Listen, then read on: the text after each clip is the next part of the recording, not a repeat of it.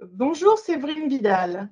Le plongeon, Bonjour, le qui est là? plongeon fait partie des 6 ouvrages retenus pour la sélection BD du prix des lecteurs du Val de Sully. C'est une BD dont vous avez fait le scénario et que Victor Pinel a illustré.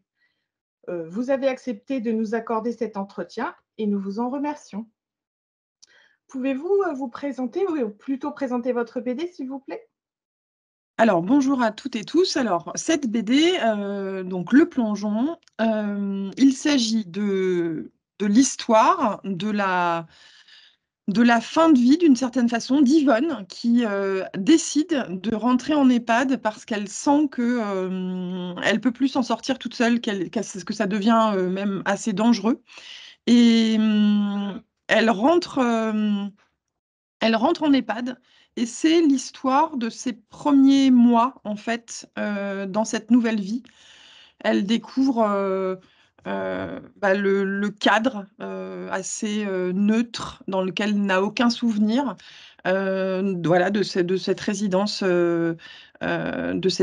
d'EHPAD. Et elle fait la connaissance de d'autres résidents. Et comme elle était un peu rebelle, Yvonne dans sa vie et que c'était une femme indépendante et drôle, bah, elle le reste. Il y avait peu de chances que ça la quitte. Et elle va semer dans cette EHPAD un petit vent euh, pas de folie, pas du tout, mais de zizanie, ouais, voilà, elle s'offre, je lui ai offert en tout cas en tant que scénariste, une dernière parenthèse enchantée. C'est vrai que l'histoire est très touchante. Où avez-vous trouvé l'inspiration, du coup? Alors écoutez, moi je fais beaucoup d'ateliers d'écriture et j'en ai fait pas mal dans des EHPAD justement. Mené pas mal comme ça. Alors c'était beaucoup quand même avant le Covid. Depuis, je n'ai pas repris, il faudrait que je m'y remette. Et en fait, cette Yvonne, elle est née de toutes les rencontres que j'ai faites avec des résidentes. Il y a beaucoup de femmes hein, dans les EHPAD. Et c'est beaucoup de femmes moi, que j'ai dans mes ateliers d'écriture. Il y a quelques hommes, mais assez peu. Et donc, j'ai pas rencontré une Yvonne, mais j'en ai rencontré plusieurs. Et j'ai fait ensuite, bah, évidemment, j'ai créé un personnage fictif à partir d'éléments de la vraie vie. C'est souvent comme ça que je fonctionne dans mes romans, dans mes BD, par la rencontre, voilà, par l'humain. Et donc, c'est comme ça que c'est né. Et à partir de ce que j'avais imaginé, bah, j'ai déroulé le fil pour Yvonne. Et puis, je me suis dit, tiens, qu'est-ce que je lui fais vivre? Qu'est-ce que je lui offre?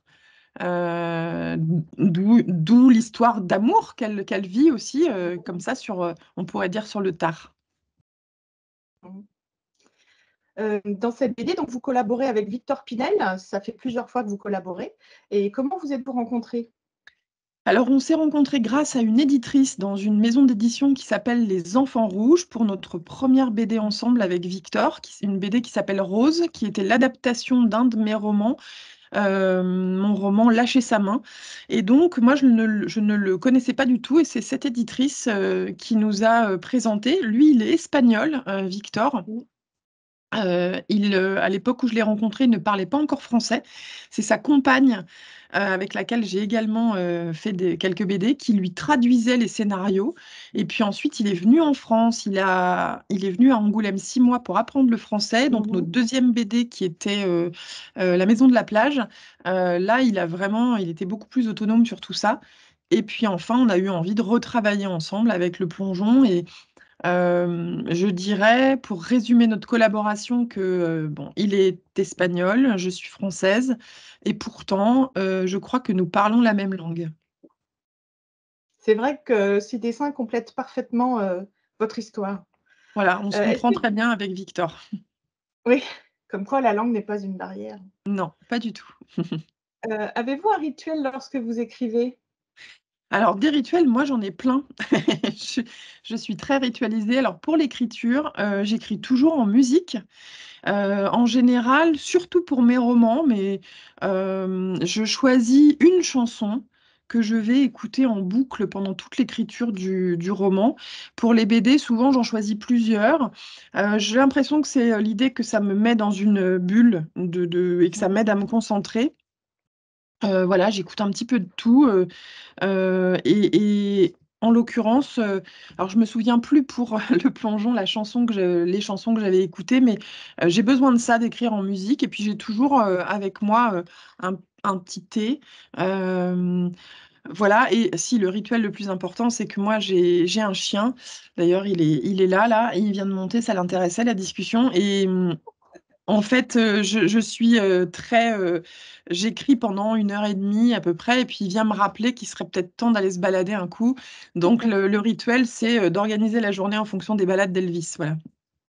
Très bien. Bah, bonjour à Elvis, du coup. Vous écrivez pour tous les publics, aussi bien les très jeunes enfants que les enfants un peu plus grands, les ados et même les adultes. Et Mhm. vous écrivez aussi sous divers formats, albums illustrés, BD, romans. C'est Mhm. assez rare pour un auteur. Comment vous expliquez ça? Alors écoutez, tout simplement parce que c'est venu comme ça dès le début. J'ai commencé sur le tard, moi, hein. J'avais plus de 40 ans, enfin j'avais 40 ans pile quand j'ai commencé à être publiée. Et tout de suite, dès la première année, j'ai eu envie d'écrire. J'ai écrit un roman, c'est celui qui est paru en premier, puis tout de suite une BD, donc quelques mois après, et de l'album jeunesse aussi. Et ça, justement, j'ai souhaité le garder, d'abord parce que j'ai de la chance, ça fonctionne bien dans les trois catégories, et puis j'écris aussi des choses très différentes, des choses plutôt marrantes. J'ai pas mal de livres plutôt sur l'humour, hein, la jeunesse, des BD aussi. Mais j'écris aussi des livres sur des thématiques qui viennent de mes colères, voilà, qui sont, je dirais, empreint même d'un peu de militantisme et de politique.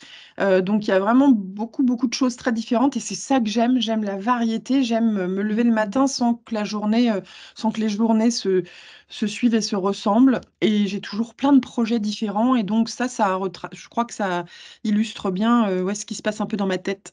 Ma bibliographie est assez fidèle à qui je suis, quoi. Voilà. Très bien. Pour finir, est-ce que vous pouvez nous parler de vos futurs projets? Alors oui, alors d'abord, mes 2 prochaines publications. C'est à la fin du mois, là. J'ai donc le tome 2 de Nos cœurs tordus, qui est une BD adaptée de nos romans Nos cœurs tordus, que je coécris avec Manu Cos. Et donc là, c'est le tome 2 qui sort à la fin du mois. Le tome 1 est sélectionné à Angoulême. Donc la semaine prochaine, on va savoir si on a le prix. Donc on est très content. C'est un livre sur le handicap et sur le handicap au collège notamment, avec des personnages en situation de handicap et qui sont aussi dans les romans les narrateurs et les narratrices de l'histoire. Et puis j'ai un album qui sort donc également le même jour, ça c'est un peu bizarre, qui s'appelle Le livre qui commence par la fin et qui est tout simplement un livre sur la mort pour les enfants, vraiment pour les petits. Et c'est tout simplement des enfants qui disent moi, quand j'y pense, est-ce que ça leur évoque, quand on leur parle de la mort, quand ils pensent à la mort, qu'est-ce qu'ils ont dans leur tête comme image, comme peur, comme peut-être pas d'ailleurs comme peur.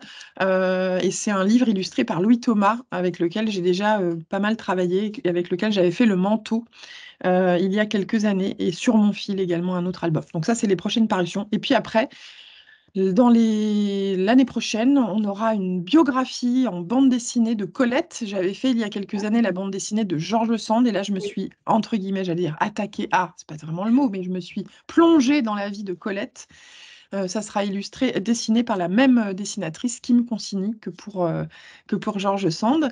Et puis, l'autre biographie à laquelle je me suis attelée, de la biographie de Lou Andreas Salomé, qui est moins connue que Georges Sand et Colette, mais qui est une figure importante de la littérature, de la psychanalyse, de la philosophie, qui a été la muse, on la présente beaucoup comme ça, de Nietzsche, qui a été avec Rilke et qui a été une des premières femmes psychanalystes au début du XXe siècle, passionnante.